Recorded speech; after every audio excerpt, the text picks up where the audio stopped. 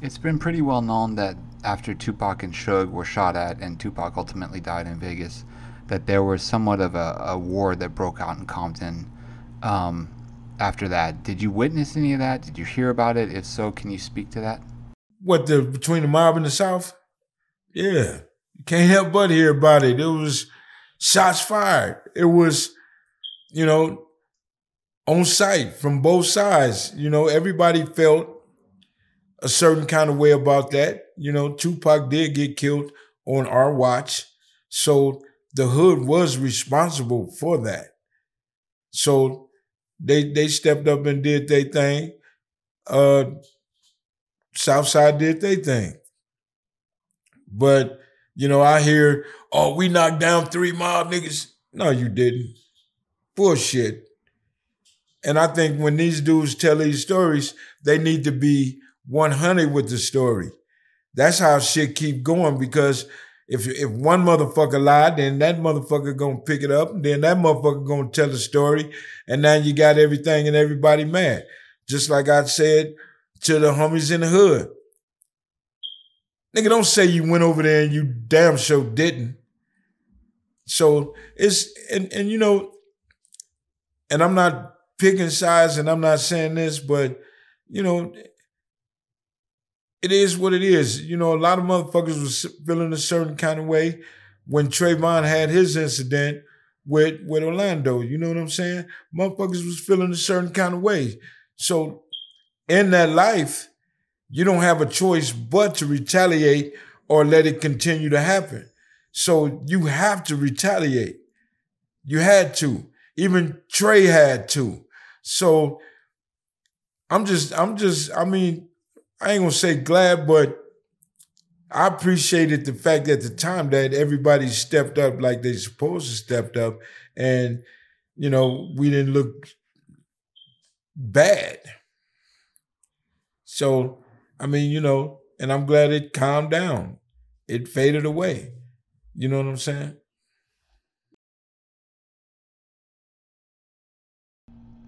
Let's see. What year did you end up like severing your relationship with Death Row and just kind of not working with them?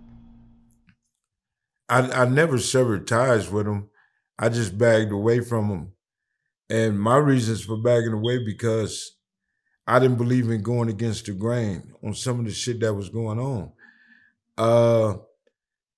Suge was doing things totally different from the beginning, and I just wasn't with it. And when Let Me Ride came, that was my way to truly push back from all the BS. And whenever Suge needed me, I was still there. You know what I'm saying? But then at this time, after Let Me Ride, I say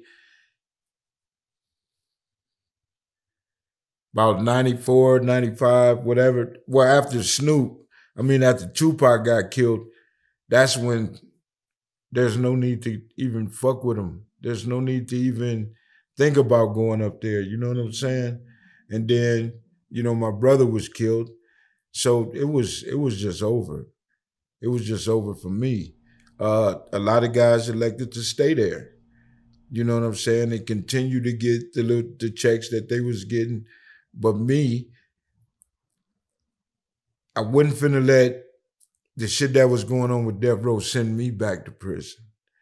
And we was doing each other. You know what I'm saying? We was hurting each other. We was killing each other.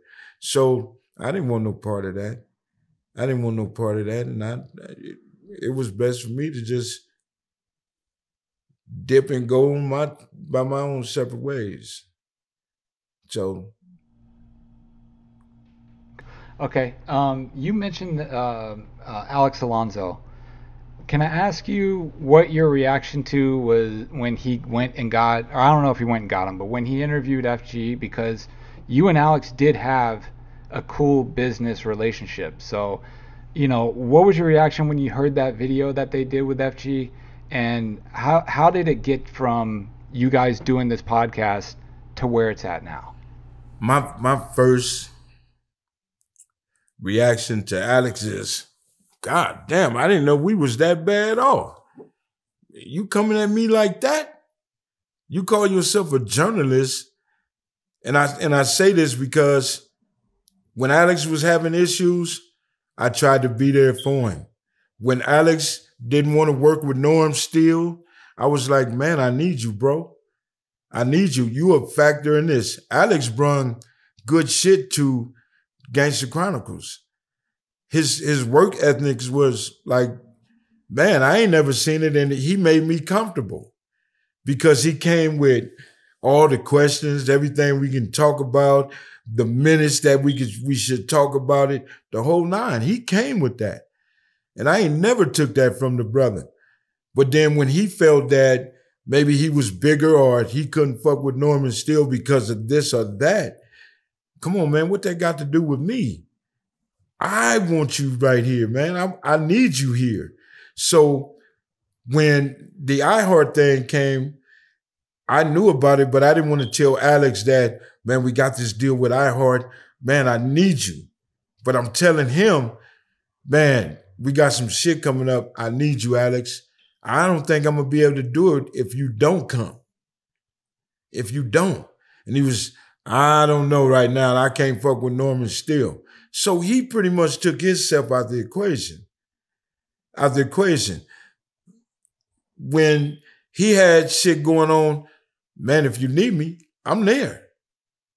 When he tried to do this book thing and the shit went sour, I'm calling every cat I know that wear blue rag. I'm trying to see how we can ban without him being attacked. This my bro. This I worked with this dude. You know what I'm saying? And the killer part, Alex came to my mother's funeral. He came to my mom's funeral, taking pictures. I mean, met my family, the whole nine. And I'm like, can't nobody say nothing bad about this dude. And then here he go. And you gonna talk about you a journalist? Motherfucker, loyalty means more to me than anything. So this how you finna get down? Fuck Alex Alonso. You feel me?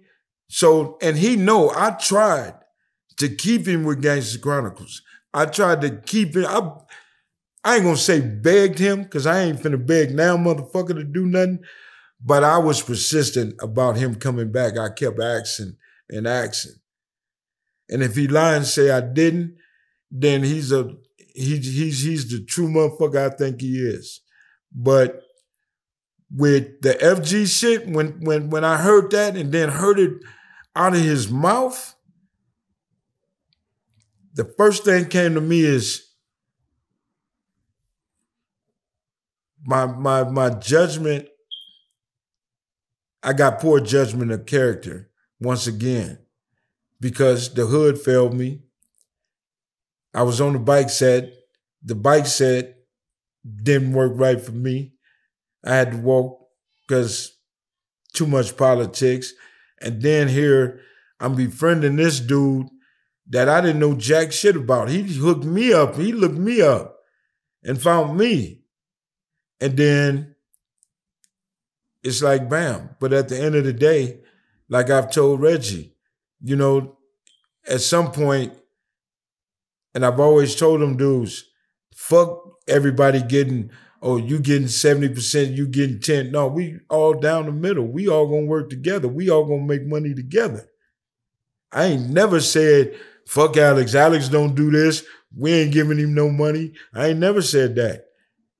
Never. Alex was the one that wanted to come to work late, or I had something to do, or don't come. I think my very first show I did by myself is he just elected not to come. So I tolerated the shit just as well as Reggie and Norman did. But he chose not and said to me many times he didn't want to work with Norm Steele. He don't think it'll work. Okay, I can't do nothing about it. But then here you go with this. I have no respect for that dude. I have Alex is on my I hate the fuck out you list that if I see If I see some white boys stomping him the fuck out, I don't see nothing but killing. And I'm going to keep it pushing. And I hope he feel the same motherfucking way with me. I hope he feel the same fucking way with me. But like I said, to each his own. You know, I wish that dude well, whatever he doing, but we can't be in the same room together. We'll never kick it together. No. I'm good on him though. But I don't seek to hurt you, dude. But our energy is what it is if we ever together.